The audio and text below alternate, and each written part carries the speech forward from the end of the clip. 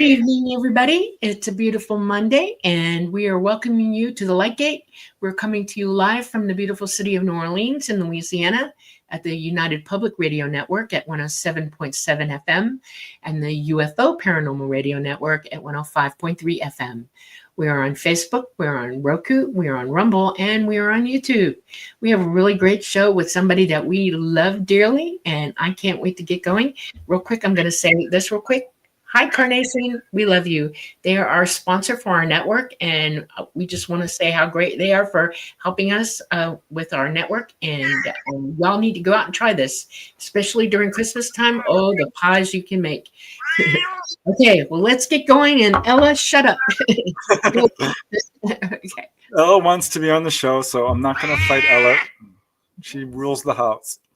Okay, thank you everyone for joining us tonight on episode 85, can you believe it, of The Light Gate. I'm your host, Preston Dennett. My lovely co-host is Dolly Safran.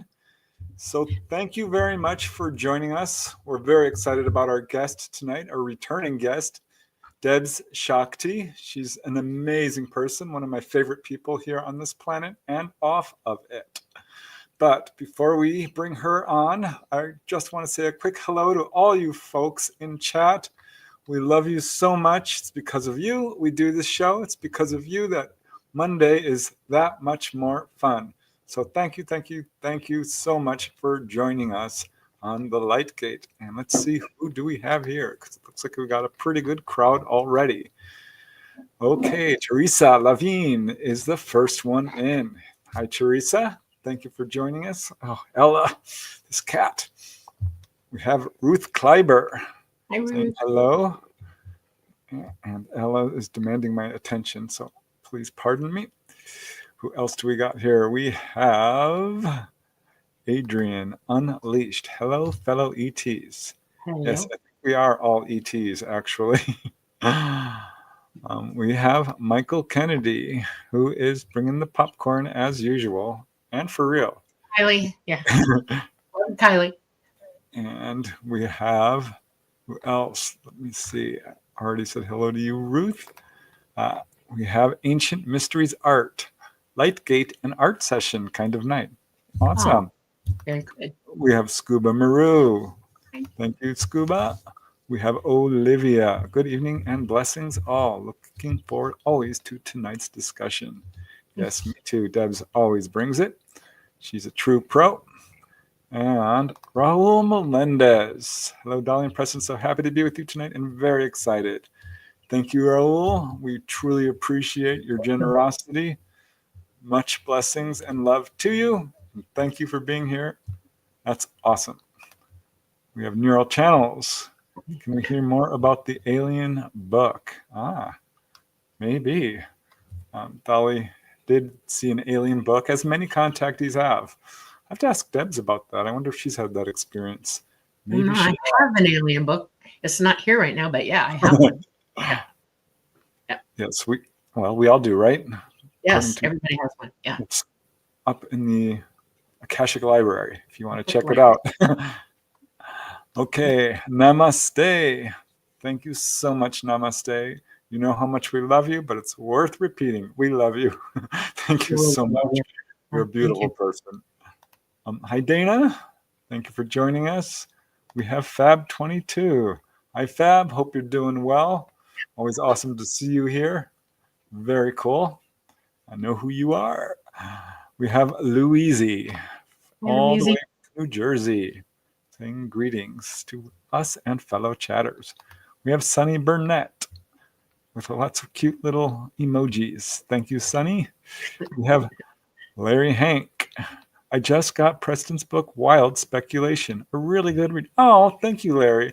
That's science fiction. For those of you who are interested in science fiction, I put out a collection of my own stories, a couple of award-winning ones, all vetted by previous magazines, except one, which is totally original.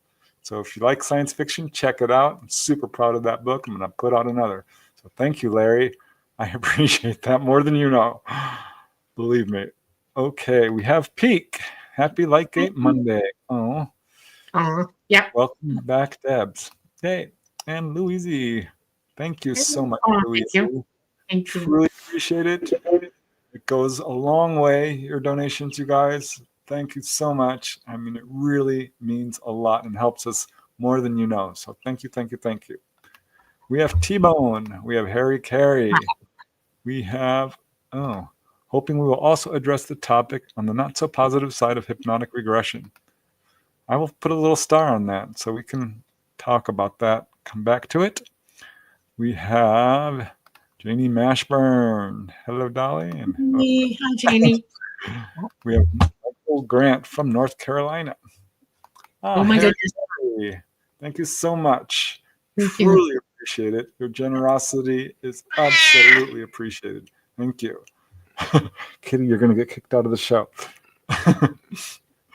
Okay, who do we have else here? Let's see. Yeah, well, Debz Shakti, she's our guest. She's also very cool, Debz. Glad you figured that out. We have Leah. We have Greg Michael. We have space with us. How cool is that? Always more space for space. We have Team Ginger all the way from Michigan.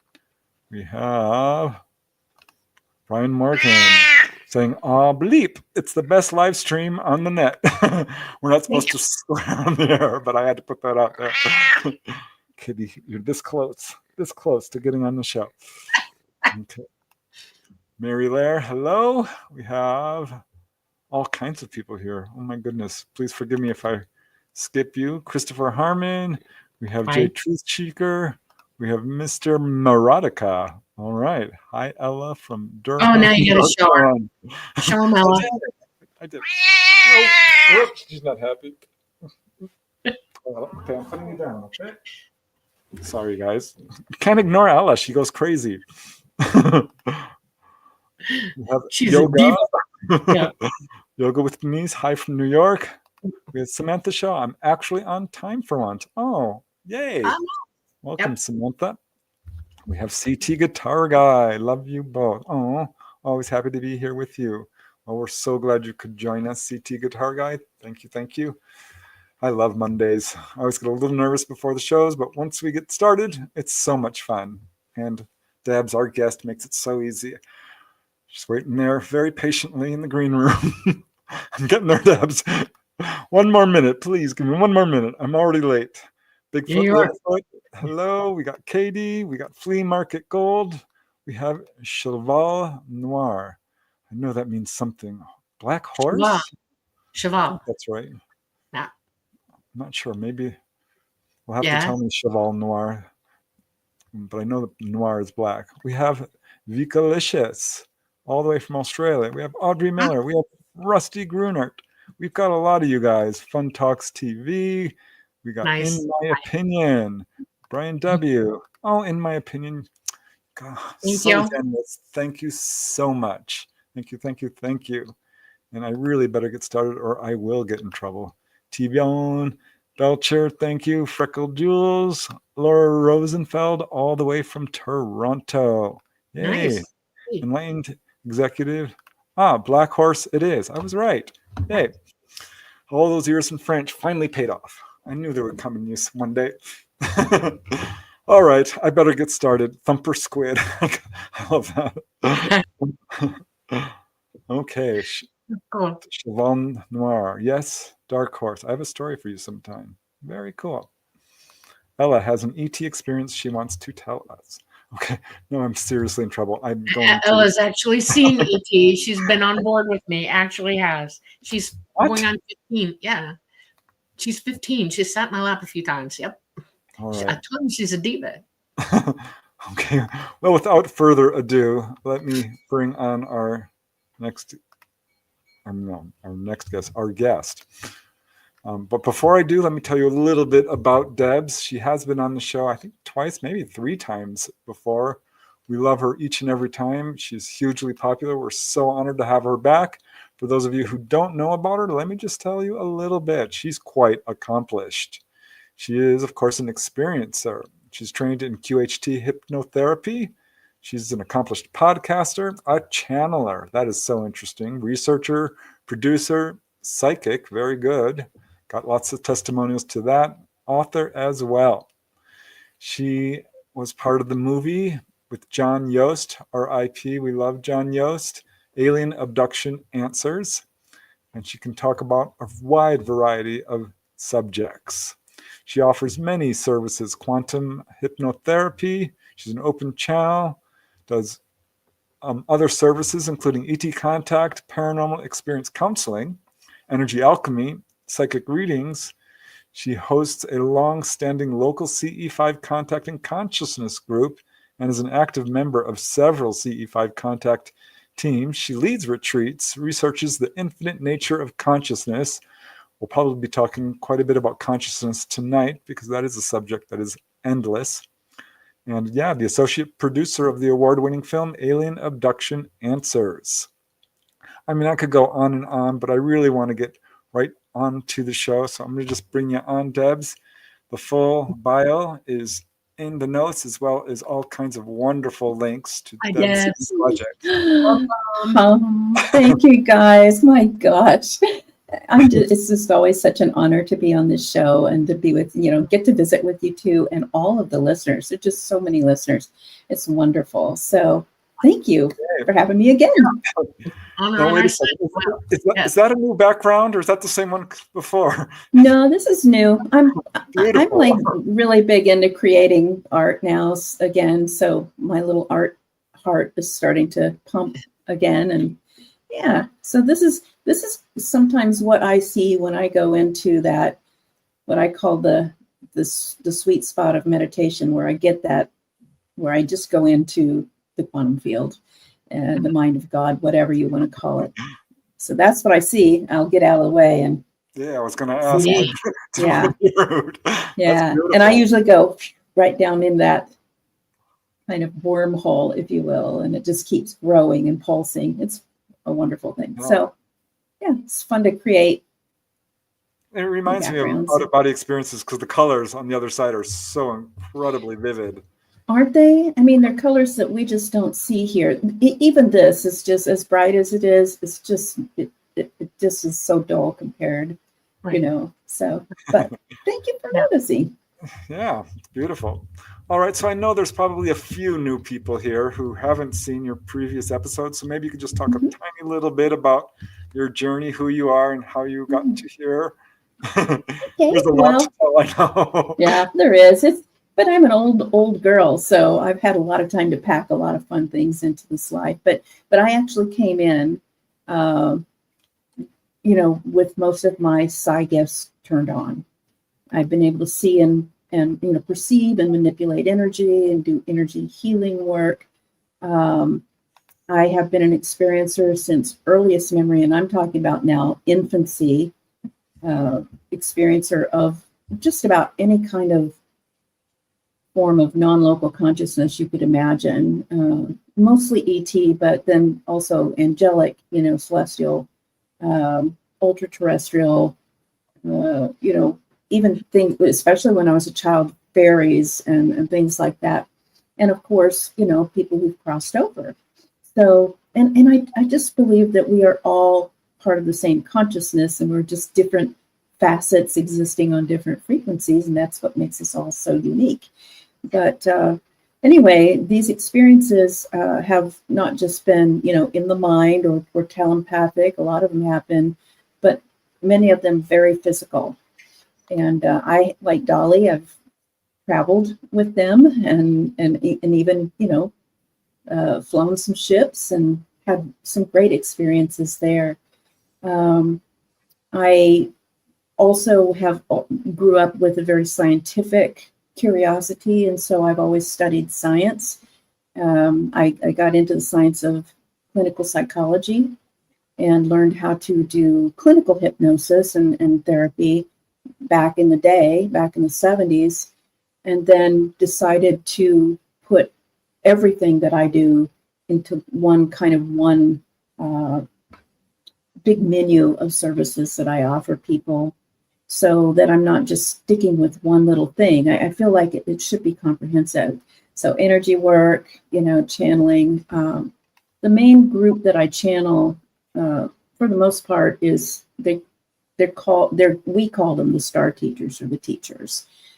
They say they don't have a label because they've evolved past that egoic need for a label. But they say that they, like all other forms of consciousness, are us on a different frequency, but they are us having evolved to a much higher frequency past the negative kind of dualistic karmic pattern construct that we are on now, right?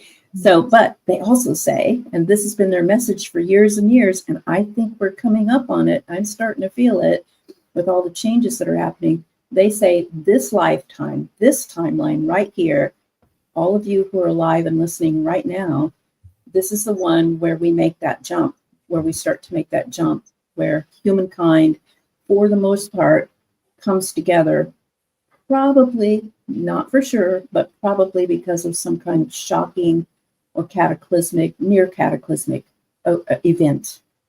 And we have two choices. We can either all freak out and fight about what we should be doing about it and resist it, or we can all come together and start to work together using each other's gifts in a positive and harmonious way, which is how most of the cosmos likes to live anyway. Yeah, so that's their big message. Planet, so yeah, exactly. Very popular. I think we're more populated than we've ever been on this planet. Absolutely, and we've heard other people say this many times. Dolores Cannon is famous for saying they're all gathering around us right now because we are the greatest show in this galaxy or this universe right now, because we are about ready to birth the new human.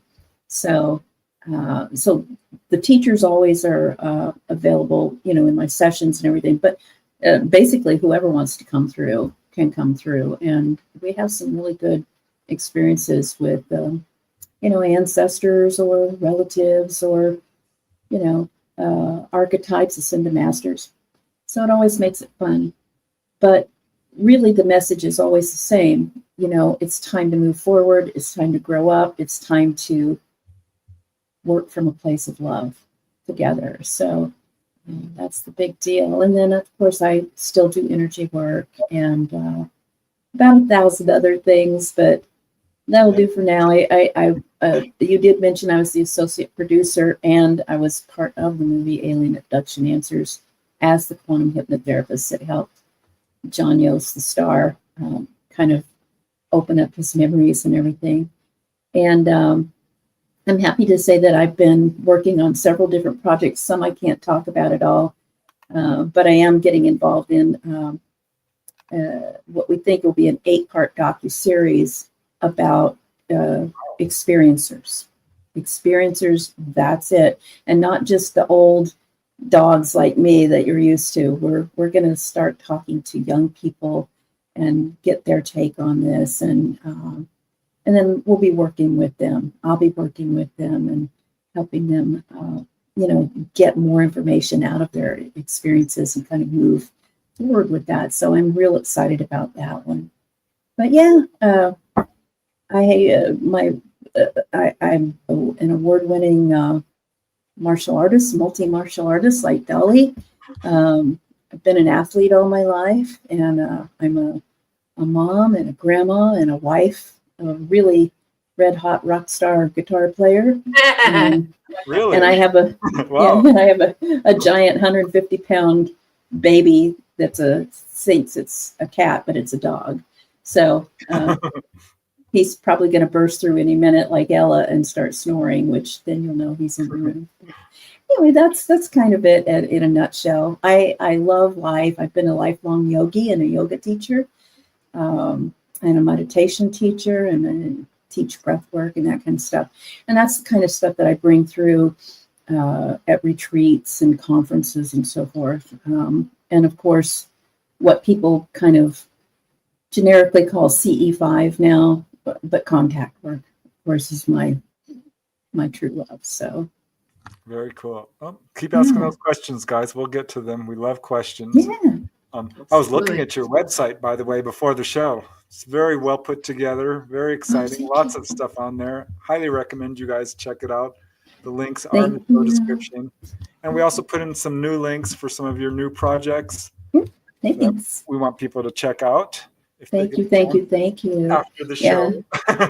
That website is 100% done by me, and it needs constant updating. It needs updating badly right now, but it does have the things on it that people really need to see. And I will say, for new people, there's a media section there, and there are literally hundreds of videos in there that you can look at. That are, some are interviews, a lot are workshops that I've done in the past that you can use, and tutorials. So just check that out if you want to, some free services. That's a really good place to start. So you have all these amazing things you've done. And I may have asked you this before, but I'm just curious, and I'm sure our listeners are. When you're a little girl and you're thinking about, what do I want to be when I grow up? Was this what you were thinking? Absolutely not. I had two things I wanted to do when I was a little girl. I always had a tremendous love of animals, and I do, I've always been able to communicate with animals, sometimes way better than with people. So I decided I wanted to be a veterinarian. But at age 13, I had to help put down one of my dogs because he got hit by a bus, and everybody was scared of him because, again, another giant dog. He was gentle as could be, but nobody wanted to do that. So that was kind of traumatic, and I thought, you know what, I don't think I want to be a veterinarian. The other thing I wanted to be was an archaeologist, because I was so intrigued by ancient civilizations and the secrets that they had. Even as a small child, I recognized when I would, I grew up with Encyclopedia Britannica, in my living room. Oh, yeah. Look at all these pictures of, the hieroglyphs in ancient Egypt and cave paintings and everything. And I'd say, well, that looks like my friends who I'm visiting with now. That looks like, those symbols look like the symbols they keep pouring through the middle of my forehead at night, when I'm trying to sleep. So I wanted to put that together. I'm like, how do we bridge? When I finally realized there were two separate worlds, not really, but that's our concept. I thought everybody had these experiences, by the way, till I went to school, and then, oh my, no. But I thought that archaeology would really help me understand that. And then, I just got really into sciences and everything. And so archaeology kind of got put on the back burner. Now it's still, like, maybe more than ever before, a huge passion of mine. So I like to hang out with some of those guys. Yeah, that would be fun. Yeah. That's awesome. I know. Have you ever gone to any of the sites? Like I used to I've been to South America. I've gone to stuff over there, and there are things in this country that I've seen that are interesting, especially Native Americans and stuff. And I've studied. Oh God, I used to spend hours and hours in the library in the University of Miami because my dad was doing a side job over there. And I went straight for the reference material and went through everything archaeological I could find. And oh man, if I could travel, I would. Honestly. Same. Yeah. I mean, I really only the continental United States and Mexico so far, and then Hawaii, which is not continental United States, but I have not been overseas yet to do that. I'm hoping that I can.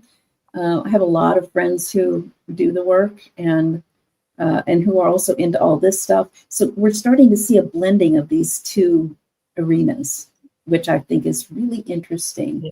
You look at all the shows on like Gaia and what's the other channel? The History Channel. Yeah. All these people, Graham Hancock, and now Scott Walter, Haley Ramsey, just a lot of people are starting to do this work and come up with, wow, these puzzle pieces from hundreds of thousands of years ago, maybe even. So it's incredibly interesting to me. So anyway, but the carvings and the drawings, they're depicting some of the people I know, like they showed up for them too. So. Right. That's right. My contact is old and goes way back. And I didn't realize it until I was a teenager, later, almost an adult, that he actually was participating all the way back then. And Yes. it freaked me out. I was like, oh my, now No, it's a little shocking at first. Yeah. Yeah. I realized that with the star teachers. I always knew that I had guides, and especially with the healing work and with the just, gleaning information for people, the channeling. But I never had a name or anything. And then one day they literally physically showed up in a very important, a very dire situation where a woman came to me with absolutely terminal condition of cancer. And she was healed. And they were physical, and she saw them, not just me. And then after that, they became very prevalent in my life. And eventually, I had to ask, do you have a name? Because people kept saying, who are you talking to? Who is that who's doing this work? And they said, well, we don't have one, but you can call us the star teachers or the teachers if you like. But basically, we're you on another level. We're you in the future. If they like to call us their future ancestors, which I love. So, yeah. So it's interesting. But so I just did a show on The Outer Realm with Michelle DeRoche, where we were talking neat. about elves and fairies and Love such. it. And I'm curious because you mentioned fairies. Mm-hmm. Dolly had a fairy encounter as a young girl. Have you? Mm-hmm. Absolutely, I did. I may have had it before this time, but it was a very pivotal time for me. When I was 9, my dad, who was military, moved us from Southern California to South Central Georgia, to Warner Robins Air Force Base. What and year? What year? Was, let's see. Oh God, Dolly, now you're making me do the math. About 65 or so, 64, 65. Oh. And so when we were there, and on some of your other shows, I've told about that huge mothership that showed up for my brother and I out in the forest, and that's where we started going to the secret school and everything. But which should have been enough for a lifetime of experience. But also because I had grown up before that in and near LA, where our backyards were the size of a postage stamp, and there were no woods unless we went camping. Suddenly I'm out in this place where there's just 60 miles of pine forest behind my house. So we played in the woods the whole, whenever we could. And out there were fairies and maybe elves, gnomes, I don't know, because they all had different features, but the fairies were the ones that fly, right? And they have so, but when I first saw them, I thought they were dragonflies, but then I realized they had faces and they had little, they actually had clothing, and they spoke. They spoke in human language, but they also spoke in a language that I never could describe to anybody. But now when I'm thinking about it, it sounds a bit like a very high-pitched Gaelic, right? Exactly. Thank you for saying that, because really? Same thing. Is that your experience too? In other words, I know I can sing in Gaelic, and when I had my conversation with my little fairy, she was using Gaelic words, and I knew what she was saying, and I was like, "Oh my God!" And I thought, "How is that possible?" Yeah. And I was trying so hard to keep her in one spot. You have no idea. It did not work. But I tracked it. I had a little Juliet radio, and I listened to it when I was out doing chores.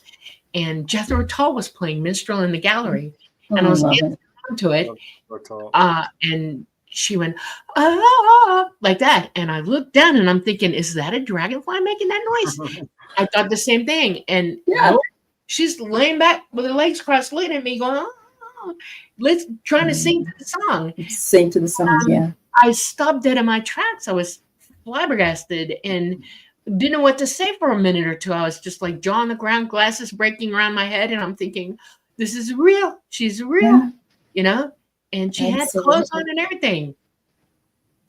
And when the song was over, she started talking to me, and I'm thinking, wow. And I know.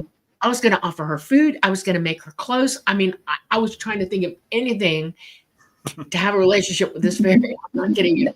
And she said she might see me again someday. But we had our conversation, and I turned for a second to get something. I was going to hand it to her. She was gone that fast. And I thought, wow. And I've been looking for her ever since. She'll show up again or another one. Yeah, stories are more common than most people because people don't talk about it. I think there's even more skepticism towards the little people of all cultures, even though it goes way, way back than there is maybe even of ETs. Back to the beginning. Here's Groucho. He had an encounter with a high-pitched gnome-like being. Yeah. I have a dear friend who was afraid to tell people, even those of us who are best friends, that she was having gnome encounters. She lives out next to a big woods up in Wisconsin, but she was photographing, and they're not clear like in the gnome book, colorful pictures, but they're shadowy. But I'll be darned if they are not gnomes with those hats and the beards and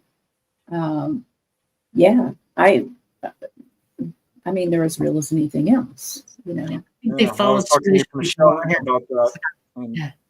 And I'm thinking, gosh, are there little gnome villages on the other, in the fourth dimension? Who's making these clothes? That's what I keep thinking. I'm like, these little belts and these hats. All these beings have their own civilizations and their own frequencies, and they just pop in and out, like Sasquatch or the Janu, just like all of them. Beings we don't even know what to call, But yeah, the wee folk, as my ancestors used to call them, they go way back to prehistory, and they weren't always like the cute Tinkerbell kind of creatures. They were, sometimes they were, the people were scared of them and everything because it just depends on the lore. Just like people these days, there are half people are like, oh, I love ETs. I wish they would come and save us, and then there's the other ones that's like, well, there's going to be an invasion any day now, and they're a threat to national security, and they're going to steal your children, or they're going to steal your eggs, or your, whatever. And so, and you and I have talked about this before, you guys, is that all these different types of beings are just as unique and just as diverse as we are as humans. Sure, absolutely. So you're going to run into really high level ones and really kind of, low level ones. But here's the key. It depends on where you are in your own feeling state, in your own vibrational state, and what your belief systems are too. So if you want to have a really great experience, then I suggest staying joyful, staying loving, playful, and right. Don't threaten them or force them away from where they want to be. That happens in Florida. There's a place in Florida where Sasquatch are known, to be a little bit aggressive, and it's just above the skunk apes. And people have wondered why they're so aggressive. But you have to understand the history of Florida and the history of what these people are talking about. And they did go after them. They were trying to grab them and things like that. And it made them mad. And so they're not real welcoming to the. They don't want their children to be harmed. I mean, they're just like us, Right.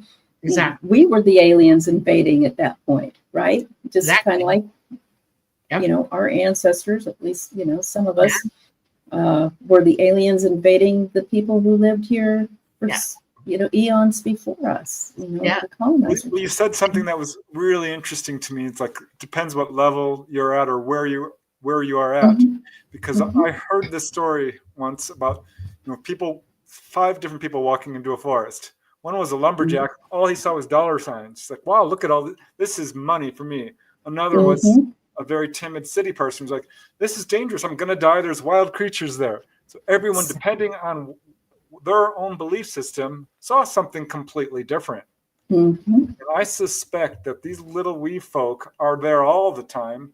And then people can walk right by them and never see them because they're not even not in their perceptual range. There's that old story about the indigenous people in South America and in Mexico, and when the conquistadors came over, or whoever in their ships, the shaman would see them and say, "Look out there, look what's coming," and the natives couldn't see it because they were in a kind of a lower vibrational state and they couldn't perceive it. But the way they were able to perceive it was when they were, charging off the ships with their spears and what have you to conquer them. Then they saw them. But yeah, I bet they did. Yeah. So I do this work with my clients and students a lot. I'm just like, let's raise our vibrational state to one of how you would love the world or the universe to be, like your highest notion. And how would that feel? How would it feel? And feel it in your body and like envision it and give it all the sensory information. And then we go out, or we do this when we're in circle, for instance, doing CE5. And then we have these experiences, and they're really high vibe experiences, We're dimensional beings, okay? And your brain actually perceived that, given half the chance to organize for it, you're brought up with it. It's a natural ability for you. You automatically realize that we've got 12 dimensions on top of us, and we're not the only ones in it. In this dimension, third dimension, there's still others, fourth, fifth, sixth, seventh, and on up, and they're all around us. If they're in your vicinity, they see you, they can hear you, they know you're there, and even if you don't.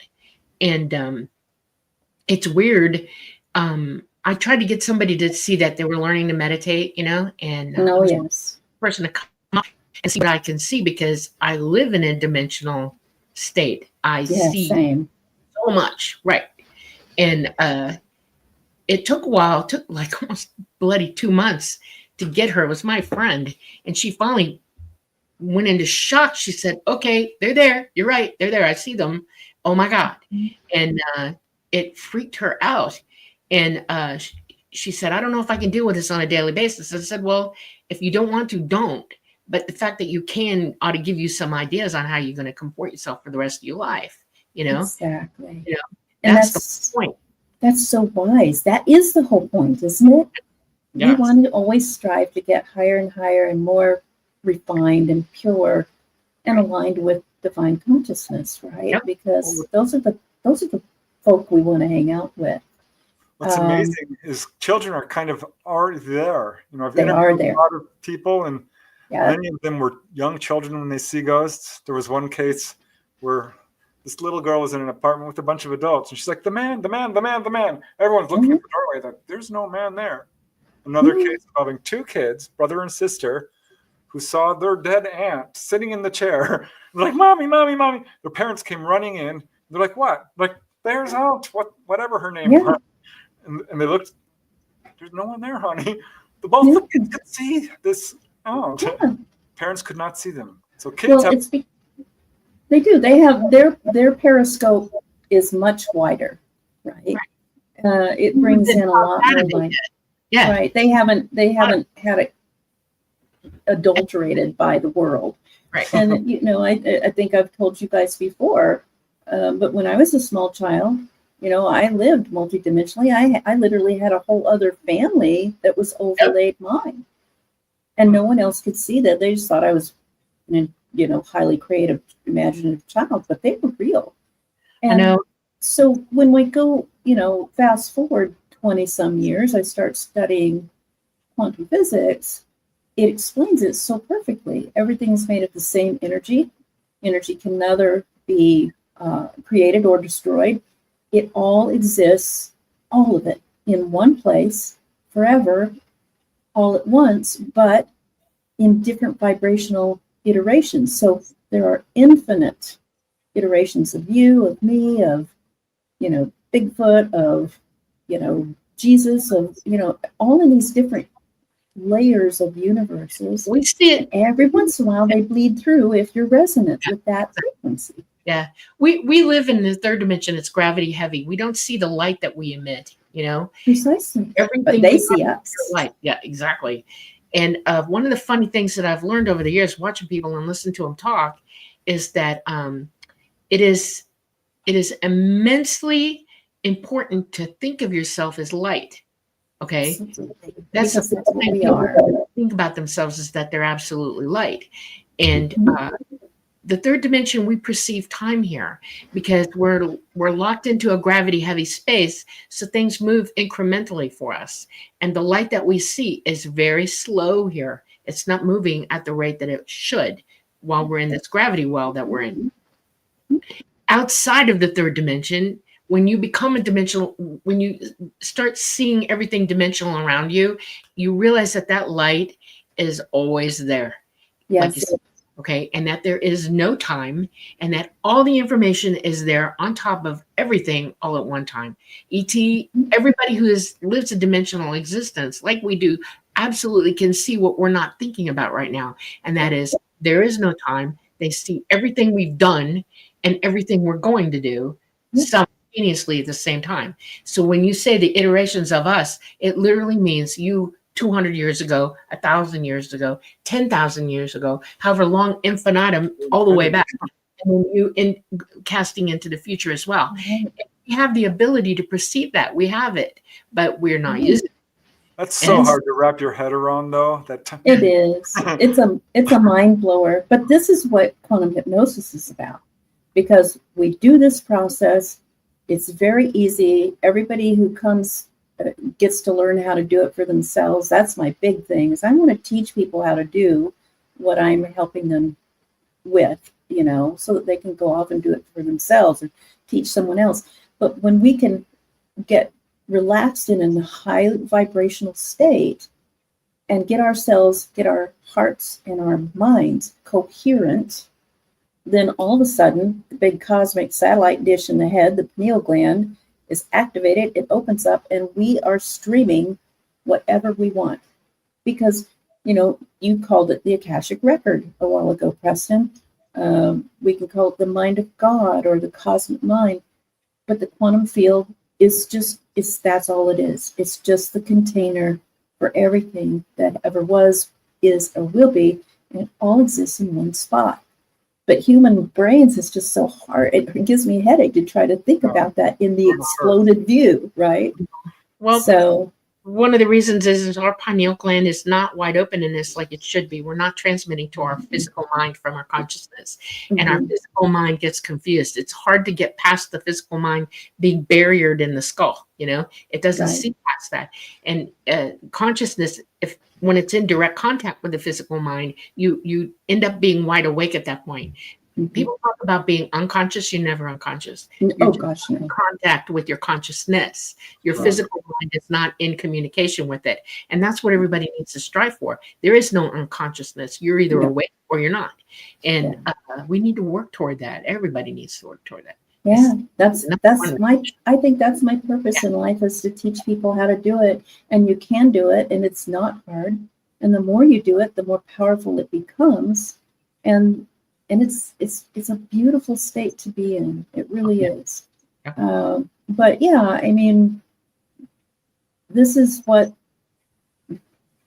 yogis and shaman and priests and all that, the ones who are pure, have been trying to teach for eons. And basically, I think it's technology that was brought here by our star ancestors. We didn't invent this stuff. We didn't create, we're the creator, but I think all of these modalities that I teach, for instance, and put all together as kind of a process to get there, to activate that pineal gland and get it really strong, they are pre-human. But the technology is like, your mind, you mentioned the mind. The human mind is like a flash drive in the operating system of this spacesuit. Operating system in your head. That's right. Yeah. Right? And your higher self, the cosmic mind, the quantum field, is the cloud. It contains everything. So how do you get to the cloud? You start practicing, what search engine do I use and what search words are the best to access? Already there. One of the things that I learned from ET when I was growing up is the mechanics of conceiving and becoming human in this body are interesting as all get out. One of them is that in conception, your consciousness is part of that equation, and it actually dials up your own DNA to you. In other words, it's part of that process. The egg and the sperm have DNA from your parents in there, but it alters it slightly, and it's already programming you during that process of coming into, reality, physical reality. The baby is conscious and is capable of understanding what the parents are saying outside of the body. Absolutely. And it's already communicating back and forth with the mother. I know this because I communicated with my daughter the entire time. Me too. And it is amazing to me that you want to know what I wish would happen, honestly and truly? This is my greatest wish. I wish all the media companies would open one channel worldwide and allow the truth to come out, where we all go to learn all of this, empirically learn all of this, so that it's taught daily. Like there's PBS. Why can't there be Psychic S or whatever you want to? That would be amazing. I think we're working our way toward that. Yeah, I hope so. We really are. Podcast right here. Exactly. That's what I was going to say. This is what you're doing. You're part of that Psychic X. But I do know that that's true. I'm a mother of two, and I did this stuff, from the moment I knew I was pregnant. And my two sons, they knew language, they knew music, they knew all kinds of things, math, everything, from as early as they could, start to express. But, they knew my voice and they knew their father's voice at birth. So we know this, but this consciousness is it's kind of like a motherboard. The fetus is like a little motherboard with the DNA and everything, but to come back to what you're saying, but when the consciousness comes in and starts to programming, it's literally soldering all of those wires together. It's making the connections in a very specific way. So you have these components that came from your mother and your father and your ancestors, but that's not what makes you you. What makes you is you coming in and informing all of that and molding it into a new thing. You are the only you. You are the only you. So right. Cool. And you said something super interesting a while back, that we had teachers going way back in time, that this wisdom was brought to us. Patanjali is one I would point to, the founder of the Yoga Sutras. Yes. And if you follow that back, and this is in every culture, every indigenous culture. Every single culture. It talks about wise teachers coming from above, probably ETs, who are teaching us what you might term spiritual technology. I suppose that would be as accurate way as any. That's what I call it. That's what I've always called yoga, a spiritual technology, but really all of it that we're talking about is spiritual technology. And it comes from way beyond human earth life, especially third dimensional human earth life. Hidden down throughout the Middle Ages. There were secret schools that the mystery schools. Talk about it. Yeah, it's encrypted information. I mean, think about it. It's just so.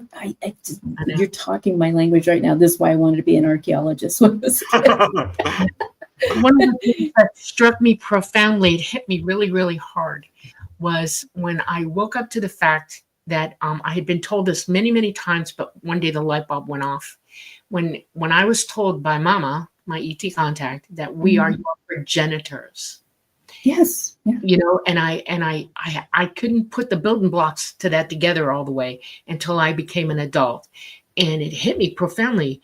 Okay, we are all related. We are all in this together. We all know each of us know each other, profoundly know. We all have the same DNA, and that is an absolute truth. There's no doubt in my mind. I've seen the truth of it. I've seen the proof of it.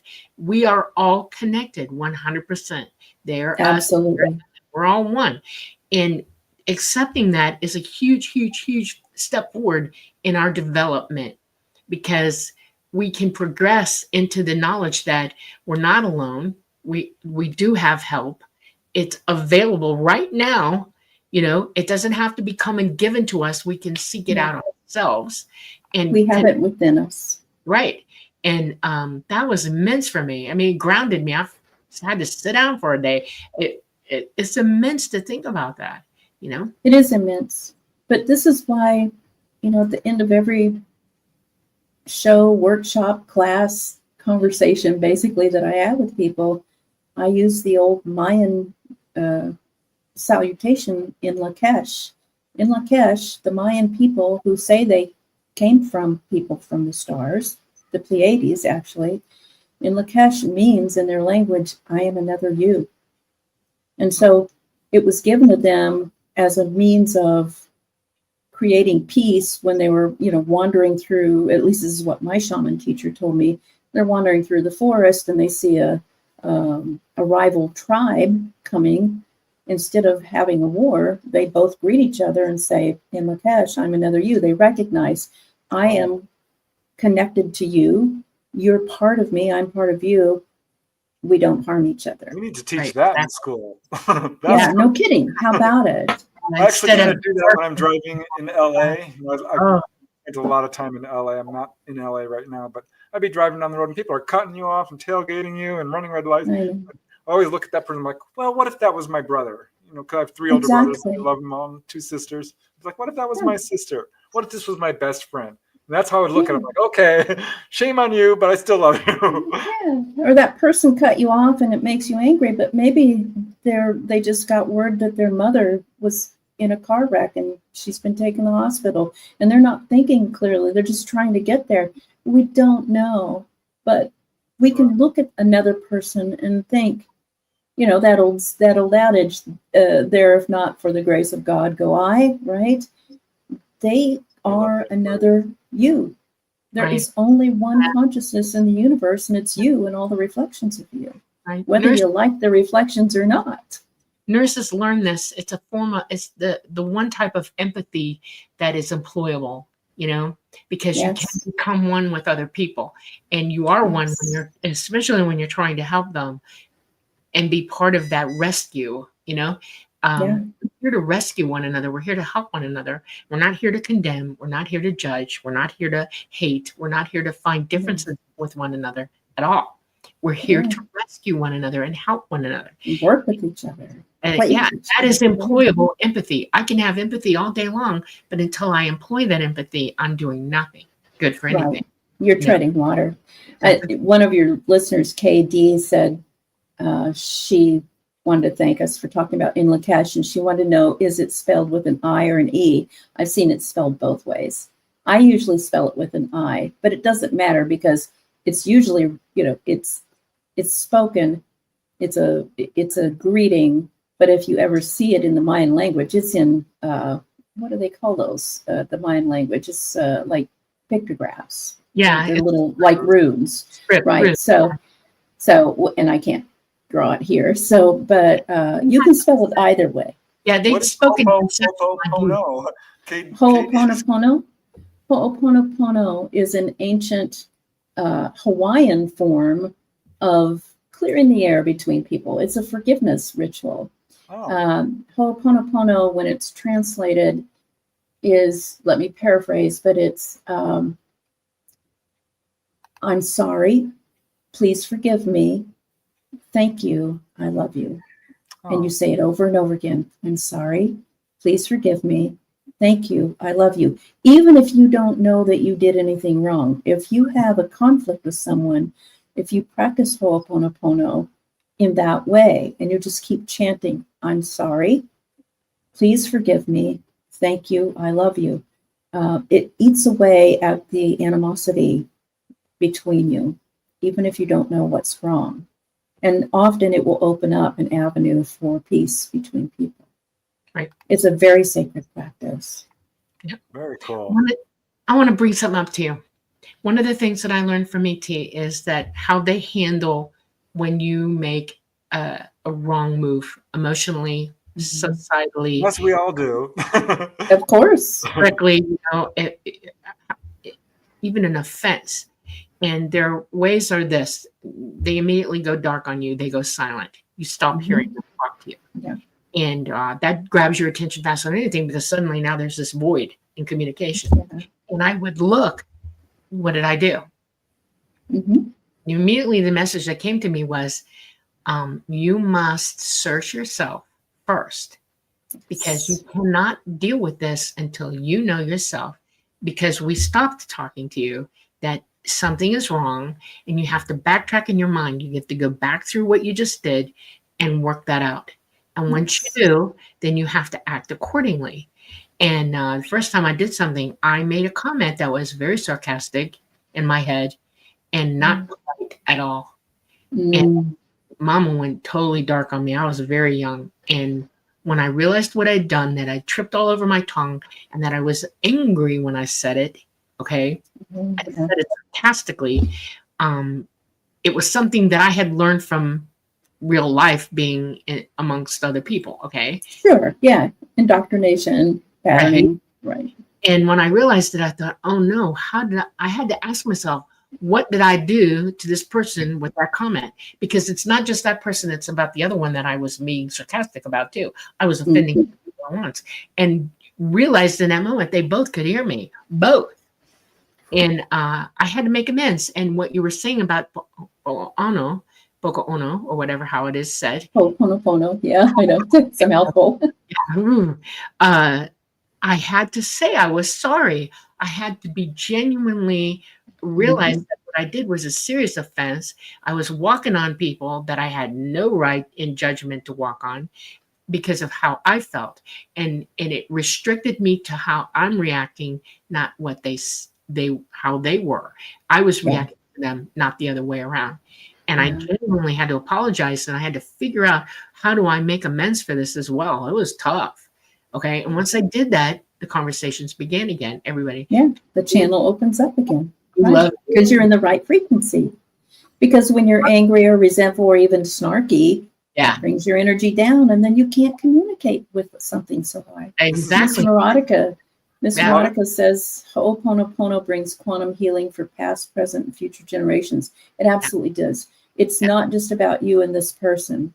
It's retroactive, behind you, in front of you, and all dimensions. Your DNA, by the way, your DNA is what's damaged when you have wrong ideas, and you're healing the DNA. So your DNA goes forward into the future, and you're healing that DNA along with it. Your consciousness is already employing the wisdom of that, and it's a leveler of everything. It fixes everything, you know. And then it eventually crystallizes as it slows down and comes back into this dimensional form. I know what's interesting about all of this is very much what near-death experiencers have been told from the other side. Channelers, well, as you would know, really is. Having done channeling, but Native American elders, their whole system, like Dolly's talking how the ETs dealt with people who are being incongruent. I don't know however you want to put it. But out of alignment, out of integrity. So that's the way we should maybe that should be our way of dealing with people who are our highest goals, doing wrong, instead of putting them in a cage. Which that's not going to help.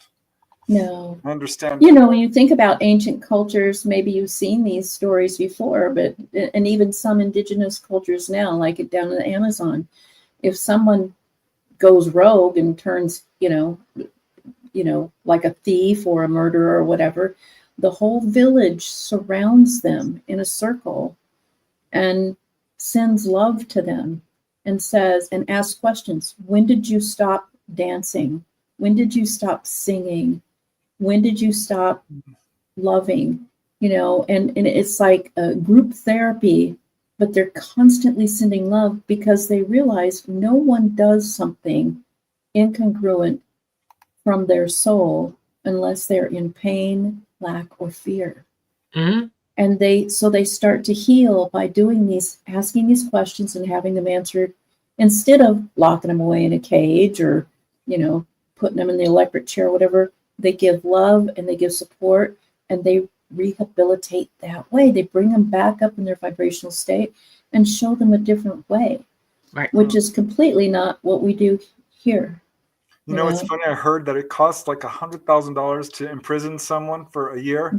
What if you just gave them $50,000? each year. They could live on that instead of and support. Yeah. Right.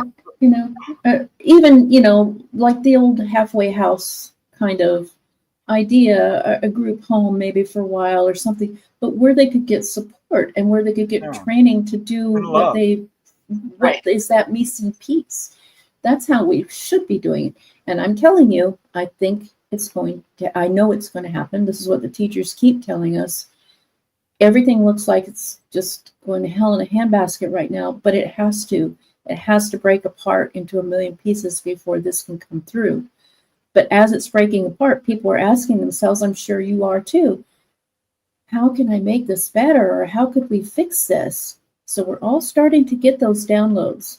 And we have been being upgraded energetically for a long time. That's why we're here. And that's why we're here. And we're here to hold that energy. And we're here to hold that focus. And so I tell people, it's not a popular thing. And I get taken down a lot of pegs for saying it. But if you find someone despicable, spend more time sending them love than you send to like your best friend. Yeah. Right. Send them love, send them support energetically to heal whatever needs to be healed in them. No one acts like that unless there's healing. Carlos Castaneda talked about that. He called it a petty tyrant. A petty tyrant can be your greatest teacher. Someone who is absolutely really difficult can teach you all kinds of things. Yeah. We have to take a quick station ID break. All right. While you do that, I'm going to run. I'll be. Hello, everyone. Just want to thank you again for joining us on episode 85 of The Light Gate. I'm your host, Preston Dennett. My lovely co-host, who has popped off screen, Dolly Saffron. And our guest tonight is the wonderful, beautiful, irrepressible, dangerously defensive and strong. I just love that you can do martial arts. I'm just a fan. I can. Debz Shakti. That's so cool. Thank you. And Thank you. yeah, we are airing live on several platforms. We are on the United Public Radio Network. Let me get that correct. We are broadcasting live on as the ticker says, the United Public Radio Network and the UFO Paranormal Radio Network at 107.7 FM and 105.3 FM from the beautiful city of New Orleans. We are on Roku. Check that out if you have Roku. We are on Rumble. We are on YouTube. We are on Facebook. So there's plenty of places to reach us. If you're not catching the show live, you can absolutely catch it in the archives. We want to give a huge shout out to Carnation. It's Carnation Monday. We absolutely adore you and thank you so much for your support. We truly appreciate it. Thank you guys for all these wonderful questions in chat. We're going to get to them shortly. There's some really good ones, Debz. I know. Right into them. I keep looking over there at them to try to see if I can type an answer, but if we get in this conversation, I don't have time to type I'm putting it. stars next to them, so no worries. Because I love doing the Q&A. We're going to be doing a Q&A episode upcoming on December 23rd, I think it is. So that's coming up soon. Always hugely popular. But now that we have you here, we've got a bunch of people asking all kinds of wonderful questions. So we'll dive into that in just a second. But I did want to ask you one question because I mentioned it and then you mentioned it, and that's the Akashic Library, the Akashic Plane. Yes. What are your thoughts on that? Because Dolly talks about having had the opportunity to read an ET book. Yes. Which basically we all have one in the Akashic Library. Mm-hmm. And it gives, she described how it gave spiritual wisdom and aphorisms and was very personal in general. I was wondering, what are your thoughts on that? Have you ever had that opportunity? Yes. Yes, it's incredible. I actually, in a personal, with another practitioner, I did a QHT with a practitioner who had, she's very high level. And I was going for a health situation. I wanted to find out, what was going on with this health situation. Well, immediately when I got in there, I went to the Akashic Records, to the library, and I was a person who was only known by the label of brother. I was male, and I had kind of a robe, no features, and brother was an archivist, but also a collector of the information and would bring it back and archive it in the Akashic Library. And so he spent half his time out in the universes, gathering information, as he put it, and then archiving it when he came back. And he could go anywhere. And so she was very interested, and she was asking questions about it. And she's like, well, do I have a book there? And he said, of course you do. But your book is connected to infinite other books because we're all connected. So, but the one that's uniquely for you, written by you and written for you in the form that you are inhabiting right now, exists here. And you can come in and check it out anytime. Or if you are in a place where you're unaware that it even exists, you get that information. We kind of funnel it down to you, or your guides do. And you call that inspiration, or you call it dreams, or you call it a good idea, or you call it, a deja vu. But as far as the ET books, the alien books, yes. Like I said, mine, I'm more aware of mine not as a physical book that I've held, but it comes, this is so weird. It's like that, what I was showing you in my background. It kind of comes from a tunnel like that, right through here, usually right before I wake up in the morning or when I'm deep in meditation. And it's this infinitely, it's like faster than light speed, doctrine that's coming, and it's in symbols, but I can't slow it down enough to see the symbols. But I recognize it and I understand it. It's like when I come out of that state, I have new information, and I know, and I can feel it. It's alive. It's their living consciousness, these symbols from that book, and they're moving around literally in my body, and it's a very visceral, not just an energetic thing. And I don't know, Dolly, now that you're back, I don't know that if you have that experience with your book, with those, symbols or words or whatever is contained in there. But when you're interacting with it, it's literally living consciousness working with you. Exactly. My physical book is with ET. It's onboard craft. I kind of went off on a track there, but yeah. No, that was beautiful. The Akashic Library does exist. Yeah, it does exist. It's connected to that. They have a way of making that connection in a physical book. And I used it it was one of my teachers for things that I needed to know. And I was given explicit reason to understand that it knew what I needed, and it would give me what I need. But when I'm off craft, like I am now, I can download from it. I can go in my mind. I can remote to it, or I can remote to the actual Akashic Library on the other side. And I have questions, and you're right. It comes as a bloody download, and it's almost all at one time, and you have to sit and ferret through it, Right. You have to integrate. Yeah. And that might take a day, but it's amazing. I've actually OBE'd to the actual Akashic Library, and I found that I created a space for myself to be there. I don't know if anybody has ever seen this or knows about it. I found a tree in the library, and it's got jewels all over it. Instead of leaves, it's jewels, big jewels. And so I would just park myself down at the bottom of the tree and just sit there and read, anything I wanted to read in the library. And you're right, it is attached to everything else. Your personal book is your personal book, but we're all connected, so you can actually experience other people through the Akashic Library as well. If you don't understand, if you're learning about somebody and you want to know more about them, you can go there and do that. The amazing information is incredible, and it would take you forever to go through the whole. I mean, you've got forever anyway, but it's like it's always new. Something's new, and there are layers to understanding things, and it's really cool to get through a layer and a layer and a layer and a layer, and then you sit there and think about it for a while, and you go, wow, and then you ask for more. It's the never-ending story of stories. You can do anything through that, learning from that. Yeah, it's awesome. And I wish everybody could access it right now. You'd be astounded, literally. Everybody can. Just meditate. That's the whole trick to all of this. That's it. Relax. Yep. That's it. You mentioned that tree in the library, and I believe that is the cosmic tree of life.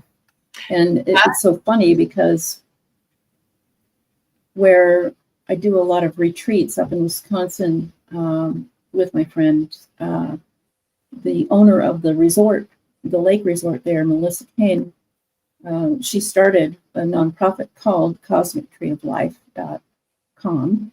And there's a huge mural in the big gathering place, the big building where we do our practices and we do our teachings and everything. And this mural has a giant tree. And the thing that it just struck me is you said, and there are jewels on the tree.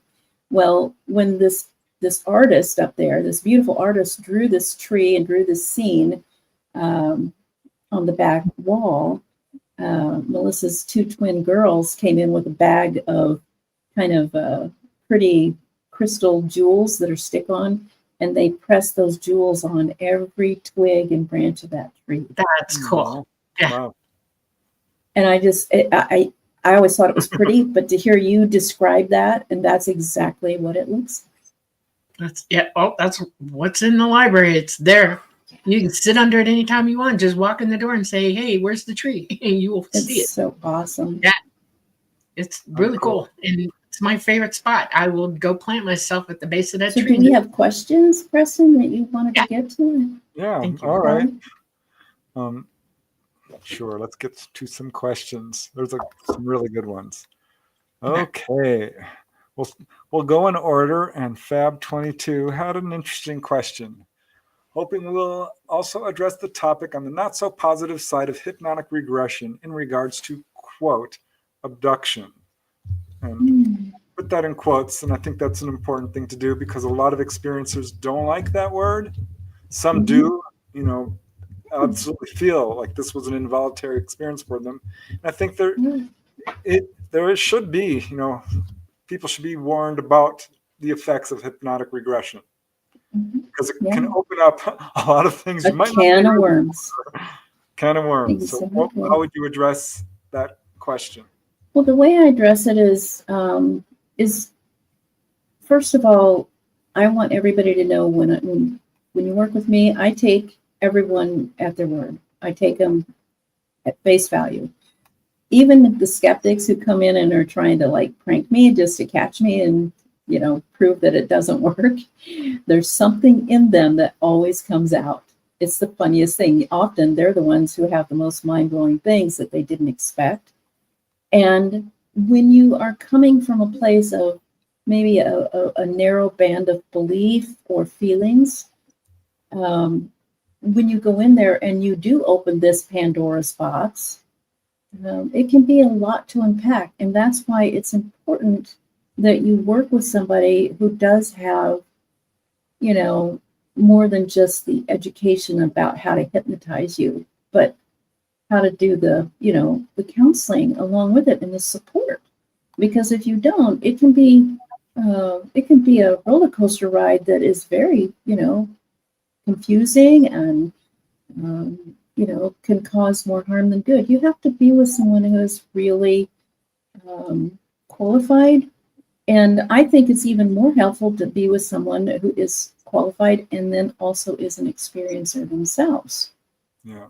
Because, I would also add that, to be warned that when you go under hypnosis and you're opening all these doors to things you've repressed, some of this is going to be trauma because you have to deal with all that fear that you were repressing. And this is what I think can be a real wake-up call for people. It's like suddenly, what have I done? Because now they're dealing with all this stuff that they have absolutely shoved aside. That's very difficult to deal with. Right. That's why it's right. So again, right? Yeah, again, you need to work with somebody who can be properly supportive in that way. But I will say, at least in my sessions, people don't. I mean, yes, you're going to come up against traumatic experiences and things that are coming at you from left field that you didn't expect. It might be or it might be scary, it might be, horrifying or whatever. But you're given cues all along the way to be the observer and to know that you're watching it. It's not happening to you right now. Right. You're putting them in a safe place. In other words, it's not happening to you now. That's exactly right. A very experienced hypnotist will know to help you be in the safe place. Yes. You're looking at it. You're not there. You're just looking at it. You're seeing it, feeling it, and hearing it, but you're not there. Nothing can touch you in that moment. That's the most important part of that. Completely. It's very, very important. And it's something, that's rule number one for me. That is priority one, is ensuring your well-being throughout the whole process, and not just the session, but from then on. I invite people to continue to interact with me and ask questions, tell me if they're having any, weird dreams or they don't understand something, because it starts to unfold. You're just opening a box of stuff and it continues to bloom. But so you can turn all of that into a positive, because it's all about you growing and expanding in your consciousness. It's incredibly therapeutic, and this is why people do it. It really is. Because it moves you along the path if you're stuck. It really is. And I have had, this is the juice that keeps me so excited about this work, is there are so many breakthroughs that happen. So many breakthroughs. And it's just very gratifying to be able to walk with these people in these situations. Does it happen spontaneously in a one little session? Often no. But for the most part, the big stuff gets dealt with quickly and appropriately, so that you can start to unpeel those layers of the onion without being too scared to go back in there. Right. Which is so important, because like I said, you might have to deal with the fear first, but the real good stuff is right there. It's right there. It is. Keep working through it. Fear is such a big part of everything you want is right on the other side of your fear. It's right on the other side of your fear. Yeah. So. All right. Here's another question, which I keep getting asked this. I'm kind of glad Michael brought it up. It's current events. I knew it was going to come up today. Everyone is wondering about these craft, aka drones, UAPs, blah blah blah, being seen worldwide. What are they? What is going on? Any insight from the guest or the hosts? Okay, who wants to start? I got my opinions about it. I don't mind starting. I'll just be real honest with you guys. I bet probably 20, 30 people just today, sent me more videos of the quote unquote drones in New Jersey and so forth, and saying, what do you think? What are you getting from this? And I'm like, you know what? I'm not there. So I'm not physically there interacting. I always know, because I can feel. There's a feeling state that I get. It's almost like a little mini Kundalini spiral that goes up my spine, and my mind starts to light up right before I have an encounter or during an encounter. And then there are things that look absolutely not like something we've made, and they're not on any of the apps that I'm using to track flight or satellites or whatever, but I don't get a feeling. And so either they're not in my frequency range, which means it's probably not for me, or they're human made. So I think some of them are human made, but I'm telling you guys, right now, it's starting to ramp up. And it's not that there are more craft in the skies than ever before. They've always been there, but people's vibrational state are starting to become resonant. Their minds are starting to open, and so they can perceive them. That's what we were talking about at the first of the show. if you're in a certain frequency, you perceive, right? I honestly think the vast majority of these, if not all of them, are government. I think this is part of a false flag. I think it's part of Project Blue Beam or whatever you want to call it, really to get us in fear. There's right? so much, and the fact that all of this is suddenly appearing right after these congressional, well, during. I mean, come on. It seems very It's laughable. Part of it's kind of almost laughable if it wasn't, that it can do so much harm. But the question I want to ask all of you and you guys here is, if it was truly something that wasn't, from the stars, if it wasn't man-made, don't you think that we'd have Air Force and Space Force and all that going around these planes investigating? Yeah, they say the FBI is investigating. I haven't seen any FBI footage. Have you? Like people FBI doing anything? I haven't seen any planes or helicopters. It's man-made, all of it. We're about to go to war, and every country on this planet has drones, and some of them are fantastically new and are capable of doing things you've never seen. And they are vehicles that you've never seen. They're coming out. For the last whatever of my life, I have witnessed this coming up. I have witnessed soldiers going into battle labs and learning how to fly these things remotely.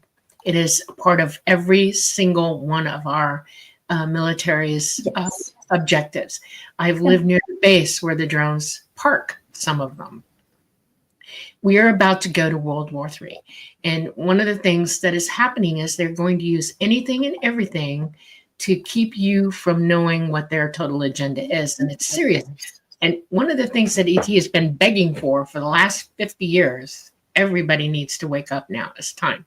Because there are people who are operating on this planet against the truth and us knowing what the truth is. And there are a myriad of reasons. And if you were ever to really understand what they are, you would be of the same opinion as a lot of people like me who believe that it is now time for us to tell them to stop. Because they're planning something pretty big, and there are reasons why.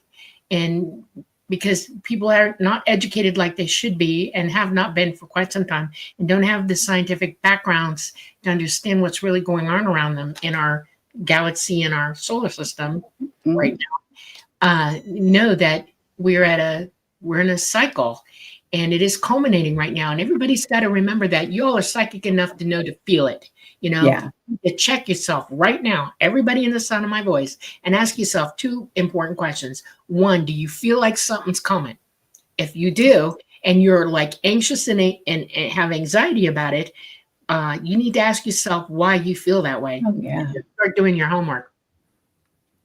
We live in a society where we are like sent through chutes like cattle and sheep to go for, things to happen to us, And we're worked with in a way where we react to what they tell us. And the governments and the media have unbelievable control over the minds of the people in not only our country, but around the world. They're all sent right now into a panic, anarchy thinking. And you got to ask yourself, why? Why is this happening? Once you start making firm connections to what those answers are, you know what you have to do after that. And that is, we all need to make them stop. We need to tell them that we know what's going on once you figure it out, and that you're not going to abide by it anymore. You need to stop now, because that's the only chance we really have on this planet right now, is to make that shift that you all talk about, a shift in consciousness. All of our consciousness, all of us have to, all at the same time, be willing to communicate to one another in the best way possible what's really happening, and then not take control of it, but disallow the control to continue. Okay. Because probably almost everybody listened to this, who's on this, who listens to your show, they're in a frequency where they already have disclosure. They know, they've either experienced or they've heard enough that they're pretty sure. We don't need to wait for these bigwigs who will never own up to most of it, because it's, it will topple their paradigm. But what I want to say is, despite all the crazy stuff that they're doing, amazing things are happening. Right. And organically, just this week, you guys, just this week, and I don't watch the news, but I have, from other sources, learned that 3 major countries deposed their tyrannical leaders. South Korea, for one, the whole country went on strike, just like Gandhi used to, and deposed the person who was, kind of trying to take over in a wrong way, their country. He's actually still in power. They're trying. He's still in power now. I thought he was deposed.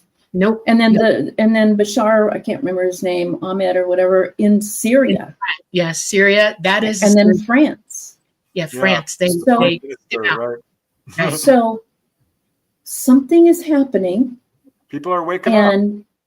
And people are waking up, but they're learning that you do it in the way that some of these avatars who came before us have been trying to teach us for a long time. We do have power. You do it by combining your internal power, but you don't do it by going to work with them. You do it by combining your love and your minds to work out a better solution. Right. And I think it's happening. And then we join together, and we can work miracles like this. Yeah. But the questions, because some of these go ahead. Yes. This. Go ahead. Yeah. At least I thought so, but there's still quite a few of them, and we've only got 20 so minutes. Oh my gosh, time goes by so fast on the show. Yeah, that's what I love about doing this show. And this is from Peak. This is to Dolly, but I'm guessing, Debz, that you could probably have something to say about this. And the question, Dolly, is there like a machine that the ETs use to quickly create disposable clothes, utensils, etc.? How do they do this? It's funny because you have talked about this. With their hands, just so you know, like Japanese people do. They if they have a utensil, it's one that's easily recycled or disposed of in a very clean way. A lot of, we came up in India, they came up with utensils that you can eat. And made out of mushrooms. Yeah. ET sort of has something like that. They can eat whatever you're scooping your food with or poking it with. The clothes are totally 100% recyclable, and they do recycle them. And it's not necessarily a machine in that you think about it. They do use a lot of natural fibers, but easily recycled fibers. They do loom things and stuff like that. And what I wear on board is a piece that it's in 2 halves with the head hole in it. Mm-hmm. And it comes over my head, and it drapes down over me, and then heat binds it together at the seams. To take it off, I have to rip it off my body. We only use one at a time. They don't do laundry. It's totally recycled after that.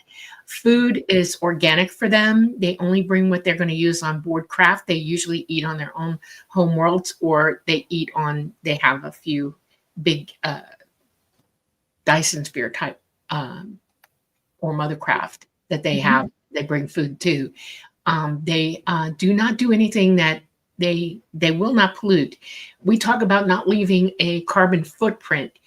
That's not exactly a good way to think about things, because your existence is a carbon footprint. You're going to, everything about you is carbon. You're going to leave your carbon everywhere. But what you don't want to do is leave garbage. Okay. Right. You want to be able to reuse, recycle, everything that you have. No disposing of anything. You're going to use it or reuse it or recycle it. And I've got stuff in where I live that I've had for 50 years because I still use it. I take care of it, and what I try to go to more sustainable things, more sustainable materials. If I do collect something that needs to be recycled, I make it to a recycling place with it, that kind of thing. I collect glass. I don't like plastic, although I have some, but it's old. Ancient. It doesn't have PCBs in it or whatever, but I'm very careful with this stuff. I try to use natural things, things that aren't going to the type of soap I use and things like that. ET's exactly the same way. I learned it best from them. You don't use anything that is going to harm your environment or cause pollution in the manufacture of it. Okay. That's the most important thing. It all begins in the manufacturing process. And if you're going to create things that leave waste, you're doing it wrong. And it's right. Have you seen this too, Debz? I have, and I wanted to add to that, as an ultra marathoner, which usually that happens on trails, and I'm a big hiker, camper, all of that. The number one mantra is leave no trace. Leave no trace, right? So it's not, watch your carbon footprint, because as you said, we're all carbon based, but leave a place better than you found it, right? Exactly. And when I mentioned the secret school, which is Whitley Strieber's name for the educational process that I went through as a child on these craft with my brother, much of what the secret school was about was preparing us to take care of this planet and to take it back from the people who are just so thoughtlessly ignorant about what they do every single moment of every day to destroy it.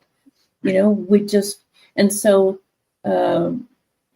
I have always been an eco-activist. In fact, I lived off grid for many years as a young adult, and I hope to again. And I do my very, very best. I grow most of my own food. Even in an urban setting, like you, recycle everything that I can. And so it's just something that the ETs have really just imprinted on my heart and the hearts of so many experiencers that I've worked with. That's kind of, again, it's just a big call to action. This is a jewel of a place and we must take care of it. If we don't, the stuff we do with each other, fighting wars or trying to make peace, it's pointless. Right. It also disrupts your abilities. Brings your vibrational state down. It also pollutes your pineal gland. Fluoride alone is responsible for calcifying everybody's and the microplastics, in our bodies, everything. The genetic tampering they do with us is incredible. And we have to understand that you can't live forever here. It's an impossible. Yeah. You can't build That's what I was just thinking. Yeah. Who wants to? This is just one experience. It's one experience. You're going to move on and do others. And we need to understand that the fear factors that people have to stay whole and perfect and beautiful for their entire lives. Ooh, it is like you don't know what you're doing to yourself. You don't know what you're putting yourself with. You don't know what harm you're actually causing yourself because you're not evolving when you do this. You actually are backtracking somewhat, and this is where karma starts to gear up and on you, and you need to learn it before you leave here. That's why you came here, to learn avoidance of doing things that are harmful, period. Yes. Harmful. And that's, If you harm someone else, you're harming yourself. Honestly. I agree. Okay, let's move to the next question. This is from Peak again. Question to anyone. What are the most annoying, and they are annoying, common inaccuracies you see when it comes to visuals of ET's craft and popular culture? And I'll just jump in real quick. Yeah, do it. The most annoying one is when you see all these protrusions and stuff coming out, because ET craft, genuinely described, are gorgeous, beautiful, flawless, seamless. Yeah, they're beautiful, one piece designs. Not all these weird little because you see this all over Facebook and the internet. Like, look at this craft that came over. I'm like, that's not a craft. That's AI or Hollywood. That's Hollywood's depiction. You go back to the Star Wars movies where it's all, all of these even hydraulics and stuff and rivets and except that I will say that mothership looked like the one I saw when I was a kid. It's such a good movie. They did a really good job. It didn't have, the one that I saw didn't have all those spires, but the lights, but it was like you described, one piece of beautiful art. That's all it was. And it was conscious. Yes. Conscious. These craft are conscious. Very good point. Craft Talata is a very large craft. Okay, he's more than what most people see, and he is sculpted looking. He looks very Egyptian, as a matter of fact. Whatever angle you're looking at, an Egyptian curve to him. But he's perfectly. When you get up close to him, you can see that he's almost looks like glass. The only time he looks differently is when he arrays, so that you can understand what you're looking at. Okay. And then he'll array what looks like a window, or he'll array what looks like a star pattern on him, or he'll array, he'll do things. The only time that you ever see him do anything that's constructive in where the craft actually will open up for something is on the ends of him. He has he comes down to a point on the ends, okay, like this. Sure. Like, okay, and it will open up. And you'll see an opening, and he can eject drones out. Those two, we call them hooks. They're not really hooks, so it's just openings. They open like this, and you'll see drones eject out. They also use it, and this is funny to me that people have actually seen this, not knowing what they're looking at. Sometimes a mothership can be 40 or 50 of Talata's class type ship, holding on to each other and staying together. And it's. So when you see it, you go, "Whoa, what the heck is that?" It's 50 of them, and they're all holding. It's like a molecule with all the atoms. Yeah. No, I agree with you on that one. And they'll light gate together like that. They'll just all go at the same time, and it's spectacular. Motherships, you can tell a mothership when you see one because they come into the atmosphere at night, and they array purple. They got a purple glow to them. If you see a big round purple thing in the sky, think about it really hard because that's probably a mothership up there. I'm going to be honest with y'all. ET cannot fly here right now. They are not here. If you see something in the sky, please, I want you to understand that it's not them, it's us. We're getting ready to explode on everybody. They're going to fly a false flag, and they're gearing up for it. And they're using every means of disinformation and misinformation to achieve their agendas with this. ET would be here right now if they could. But our sun is not okay right now, and our solar system is not okay. We're sleuthing through an electromagnetic current sheet, and it is seriously powerful, and it has messed us all up. It happens every 12,000 years in our solar system, and it's caused every single planet, including our sun, to change its poles, to reverse the polarity on them. The only one that's not doing anything is Mars, and Mars is still feeling the grind of all the energy coming at it from everybody else. Our magnetosphere is down 40%. ET won't fly here now because of that.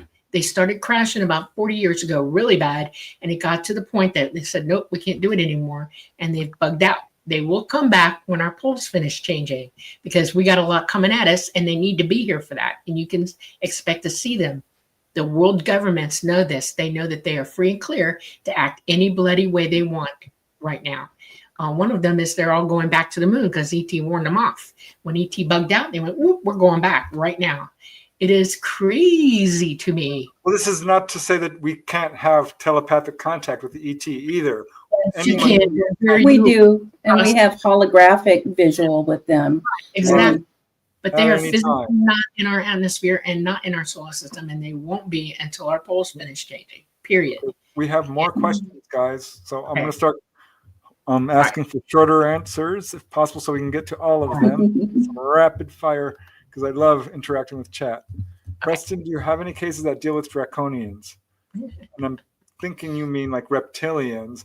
I get very few. I've had a couple. The ones that I do have were not actually UFO related. These were people out in the wilderness who saw them. So I think they might be better termed crypto-terrestrials. A few, I will say, have been onboard craft.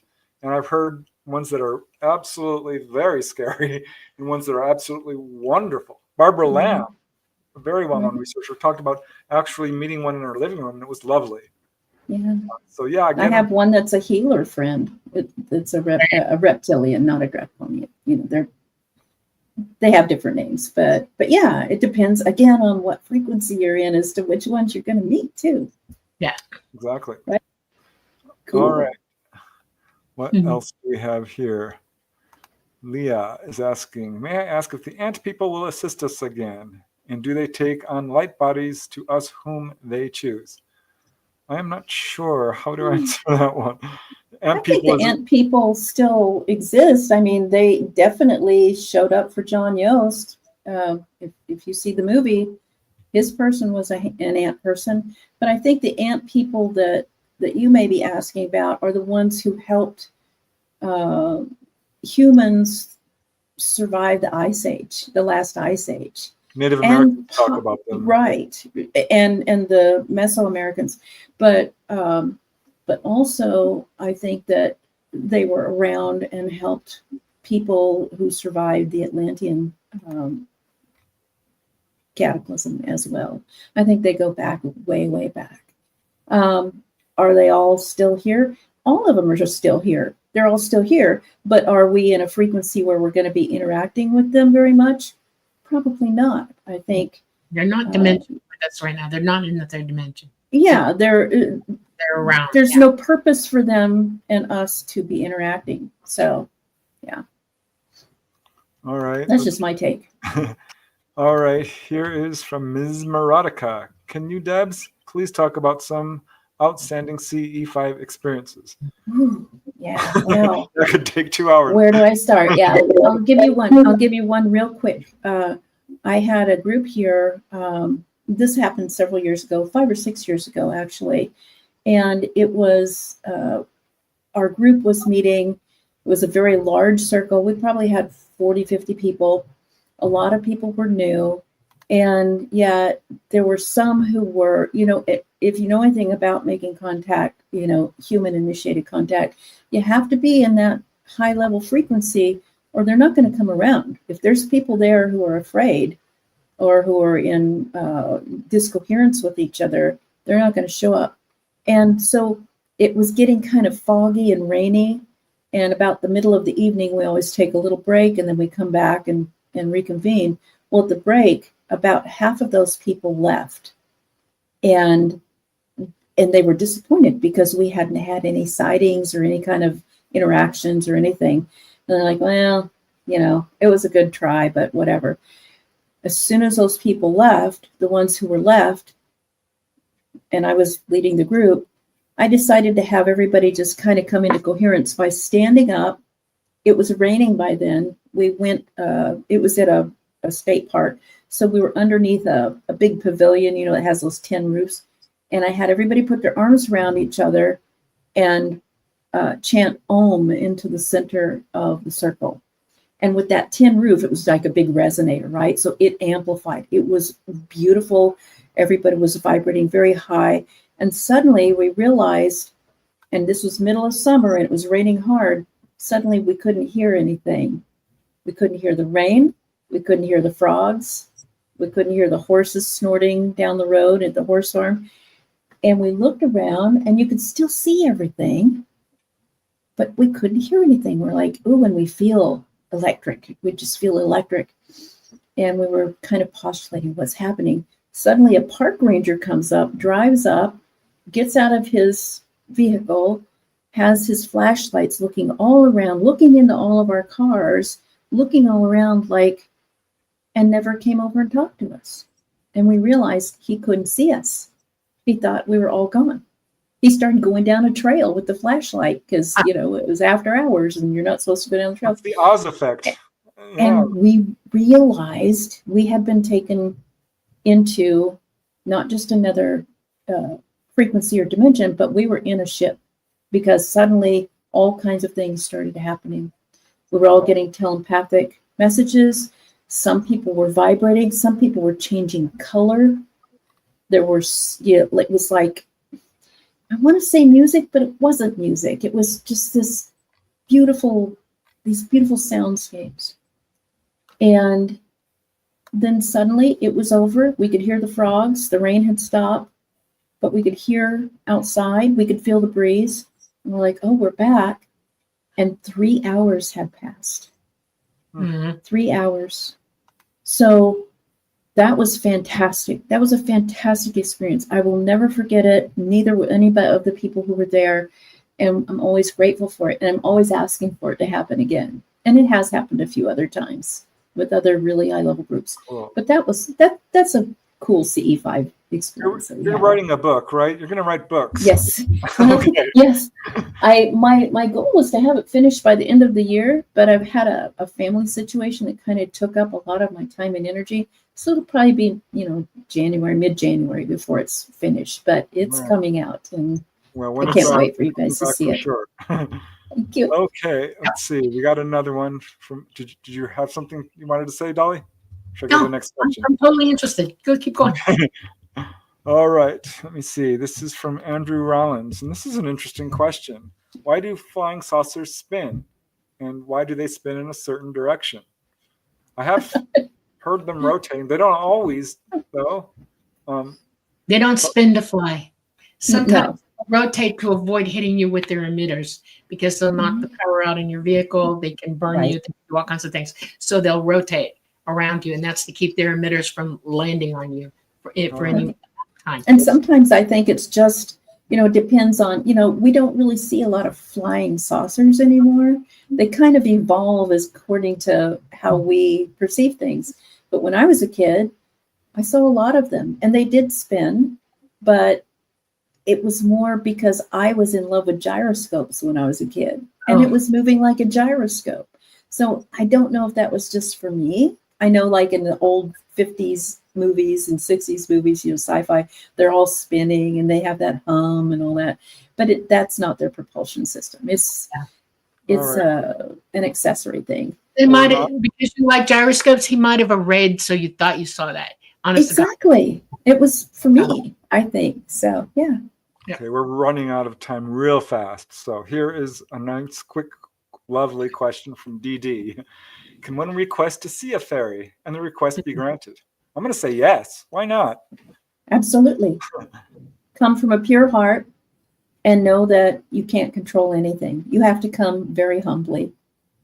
That's how I do it. And that's how I've done it. And I think that's how the old lore says it too. Come humbly. If you have an offering to leave, do that. I was going to say that. Gifts and flowers. Or be respectful. Yeah. Bring a little sweet or something, a rock. I'm going to have to look into that, because I'm sure I could find some cases. Well, I'm pretty sure I got to see one because I was presenting music that she actually liked. You know what I'm saying? I mean, she's fascinated with it. That works for Bigfoot as well. Right. Oh, yes. But to go back to that story that you told at the show, when you were listening to Minstrel in the Gallery, think of that music. Jethro Tull took Baroque and Renaissance type music and old Gaelic music and things like that and put it to rock. And so they recognize that underlying theme. Wow. Right. He likes it, by the way. Talata likes One White Duck. He made me sing it for him every time he played it. On board. I love Jethro Tull. I do too. One of my favorite groups of all time. There's a really mysterious quality to them. Yes. Okay. Here's a great question from Leah. How do I protect my gifted 8-year-old grandson from the daft raising him? How do I connect to him? What I do, Leah, is I always in meditation, I go into an out-of-body experience. I call it my sanctuary. You could call it the void, the cosmic field, whatever. And meet with the people that you're interested in their pure spiritual form, because everybody does still have that, and meet with them. You can talk to the person that you think is daft and say, hey, can I recommend that maybe you kind of level up a little bit? You can also talk to the child, and you do this from the heart. Right. If you can come into heart coherence with them and just show them, maybe a better way. Take your child out of the situation that they're in with you. In other words, go into nature, go somewhere where you can have the long talks together, and let your child open up about what they're hearing from this person. Yes. You don't have to directly ask them. They'll bring it to you if you start talking about things that they're hearing, and they'll go, oh yeah, blah, blah, blah, blah, blah. And that gives you a chance as the parent to direct them to what and you understand that you want them to learn and how you want them to understand it. And your child is an open door. They will accept it. They will hear it. And then funny thing happens. Your child will hear both sides and decide which way they want to go. And I guarantee you, if you're the one doing it lovingly and teaching them logically and purely, truthfully, they will go toward that, not the other. They will not be. I think in this case, that was a grandmother asking about a grandchild and the person, So if you're, for instance, if you're not allowed to be with that grandchild, you can always do that. That's what I was specifically saying. You can do this in out of body as well. But I agree with you. Take them into nature. Get them interested in natural stuff, because children love that, and that's a great way to open that conversation. You can also psychically connect your grandchildren if you're working it. You can do that. Get in there that way. So it's important. Well, we've pretty much run out of time. I'm going to just pop up one or two more space. Are we all avatars? Yes. Of course. Leah, are Deb and Dolly cosmically connected? Duh. I think we all are. So we met and we're talking to each other. I think that was for a reason. Okay. I think that all happened for a reason. I think there's synchronicities. That's a real word, and it explains a lot of real truth. And people who know something the same way are talking together, you can pick out literally what the truth of that is. And it's meant to happen. So yeah, I think running into Deb was important, and this is happening for a reason. Absolutely. Yep. All right. And I'm so happy. Question, because we are out of time. All right. Team Ginger. It seems like when I try hard to develop my abilities, they shut down and I get nothing. I do better when I relax and don't try. I want to practice. Do you have any tips? Answer your own bloody questions. Yeah, I was just gonna say. Yeah. Let it go. Just be. You will have miracles happen when you do that. Yep. Lighten up. As a yoga teacher, I can tell you, I can stand there all day and get everybody into tree pose, which is standing on one leg, the other foot is up in the leg, and you raise your arms.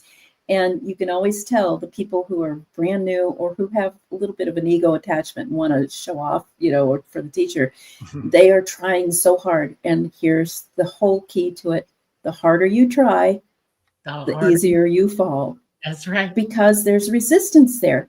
When you're not trying to control something and you trust that everything is in alignment, it is.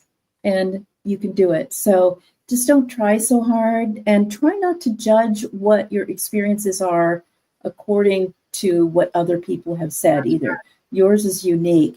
You're getting exactly what you need when you need it. So just be grateful and enjoy it, and then watch it unfold. Yep. Uh-oh. Preston. We lost Preston. Where did you go? Oh, he had an emergency. Oh, okay. On in the background, he had to dime out for a minute. Okay, so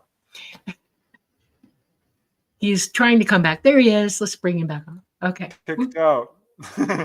Kicked out naturally.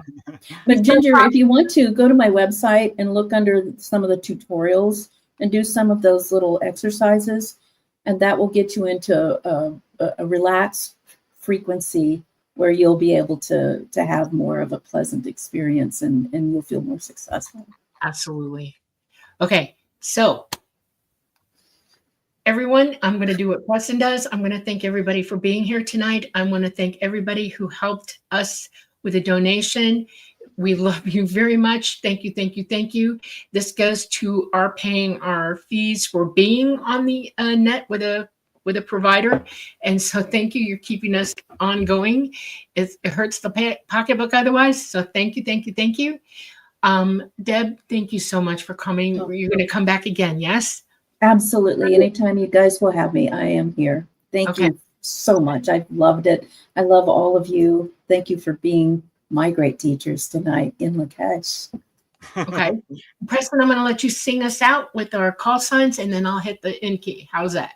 Oh, okay. Gosh, I wasn't quite ready. Here we go. All right. Thank you, everyone, for joining us on The Light Gate, episode 85. I'm your host, Preston Dennett. My lovely co-host is Dolly Saffron. Our guest tonight has been Debz Shakti. If you didn't catch the show live, you can certainly catch it on the archives. We love you all. Thank you, as Dolly said, for the donations. I want to let you know that we are streaming live on multiple platforms, including the United Paranormal Radio Network, the United Public Radio Network. I screwed that up, Dolly. I told you. Okay. UFO Paranormal Radio Network, 105.3 FM and 107.7 FM.